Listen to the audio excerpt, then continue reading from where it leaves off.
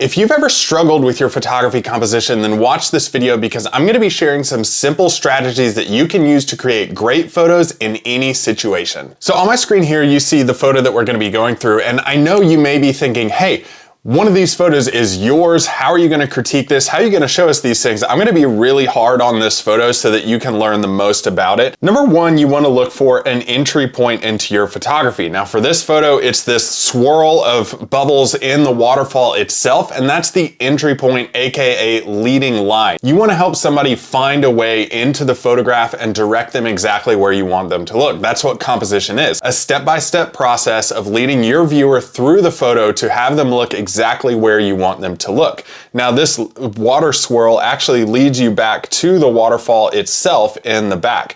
Now one of the things that would have made this photo that much better is not having this limb here that's intersecting that visual line that goes back to the waterfall.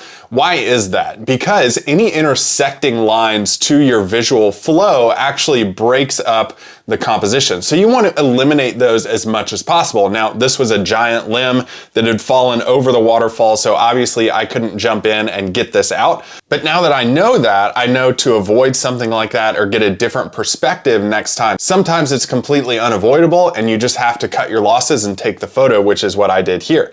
Now, the visual flow is very important. What direction your viewer follows. For this specific photo, it's the waterfall itself. Now, why is that? It's because your eye is always drawn to the brightest part of the photograph. So if you look at the brightest part of the photograph, it's the actual water that's flowing down throughout the different sections of this image. So if you look at the different sections of water that are flowing down, every single one of them connects and flows all the way down to that swirl that's in the bottom of the photo itself. Now, when you're using an entry point or a leading line, you want to be sure that that actually leads somewhere. For this photo in particular, it's the swirl of water that leads you to the waterfall itself. Now, I see a lot of people making mistakes and including foregrounds in their photography that actually lead nowhere. If there's no foreground to be had, don't force one into the photo. It's totally okay to not have one. They just are really good at strengthening the composition when they are there. So you hear people say all the time, you have foregrounds, midgrounds, and backgrounds. So the foreground is the very bottom of the photo, that strip along the bottom with the actual water swirl itself. The midground is going to be the next section. This is the next section that somebody explores. Typically, the midground is where your subject is going to land in a lot of your photography composition. So we have, this is where people explore first, second, and then in the very back, you have your third or background of the photo.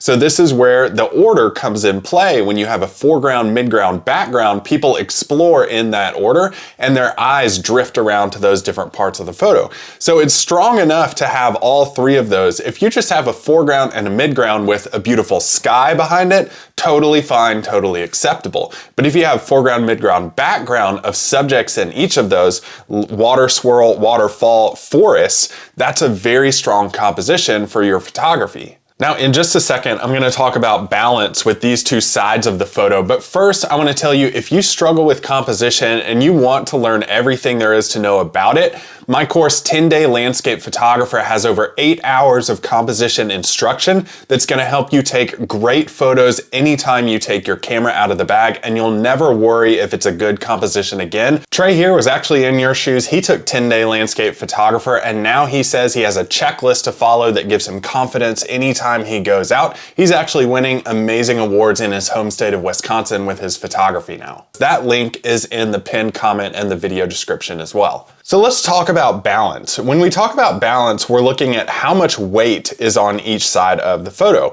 And because we're talking about weight, I'm using the two different main colors of green in this photo to dominate the right side and the left side.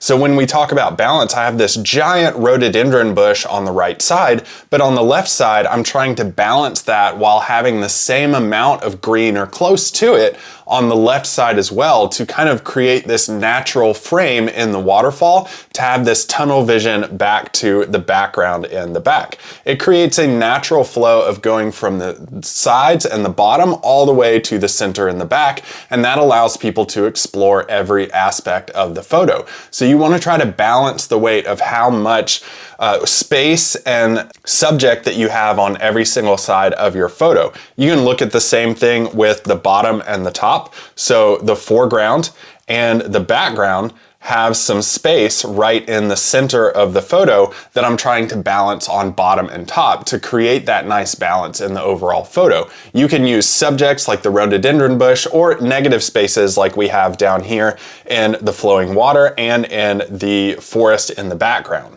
So let's look at the entire visual flow here that you can use for any landscape photography situation. We have the foreground that takes you up through the waterfall and kind of directs you back to the forest itself. And then you have this weight and balance that we talked about of these rhododendron bushes that kind of push you in to that same little area so that you end up in the back forest spot. Now, what happens when you end up in the forest in the back? Well, there's enough space so that you can explore that area and kind of work your way back down to the foreground. That's what visual flow is. It allows you to just explore every single part of the photo.